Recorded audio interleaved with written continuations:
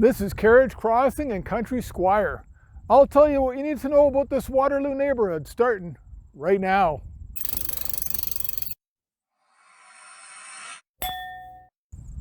Hey, it's Andrew Shackleton, Kitchener-Waterloo real estate broker, Drew at home.com. So this is Carriage Crossing and Country Squire. Northeast Waterloo neighborhood bounded on the south and east by the Grand River and to the north and west by Country Squire and by University.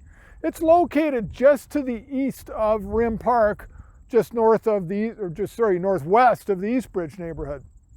Getting around this neighborhood, not bad at all if you've got a car. You need expressway access. You've got 3 access points. You've got University, Northfield, and Bridge Street. So that'll get you to the 401 from here. Actually, not bad, maybe 20 minutes on a typical day. Now, if you're looking for public transit up here in Carriage Crossing and Country Squire, there isn't very much. There's only one bus route. I believe it runs up University, so it's on the periphery of this neighborhood. And the LRT, the closest stop for that would be Conestoga Mall. So less than ideal for public transit. Not bad at all, though, if you've got a car. Okay, now, what about things to do here in Carriage Crossing and Country Squire? Well, it's a bit of a lifestyle community. I can tell you, looking at the homes in here, people are definitely proud to entertain company on a regular basis at their properties. The homes here are gorgeous.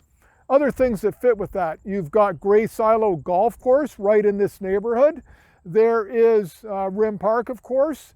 You've got Kiwanis Park to the south, that's gorgeous too. Other attractions, St. Jacobs Farmers Market, and of course the village of St. Jacobs. They're super close. You can do the farmers market on Saturdays and Thursdays.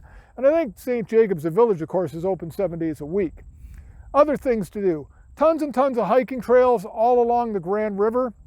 If I lived here, I'd have a canoe for sure.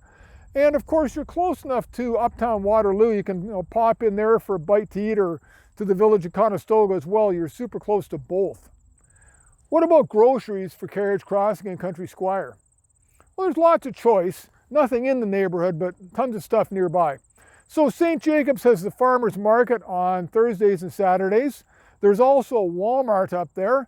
You've got the Sobeys on Northfield. There's the Wholesale Club on King Street just by Canadian Tire. You've got 2 Zehrs. There's one in Conestoga Mall. There's one on University. And lastly, there's that Freshco on the corner of Bridge and University. What about schools for Carriage Crossing and Country Squire? For your Catholic board, for little kids, it's St. Luke. That's down in the Eastbridge neighborhood. Your high school for Catholic is St. David's. That's on High Street, north end of King in Waterloo. For your public board, you've got Lester B. Pearson. That's in Eastbridge. You've got Lincoln Heights. You've got Blue Vale. And just for a few of the houses in this neighborhood, you've got Conestoga Public School over in the village of Conestoga. Okay, let's talk about the housing for Country Squire and Carriage Crossing. Country Squire is by far the older portion of this neighborhood.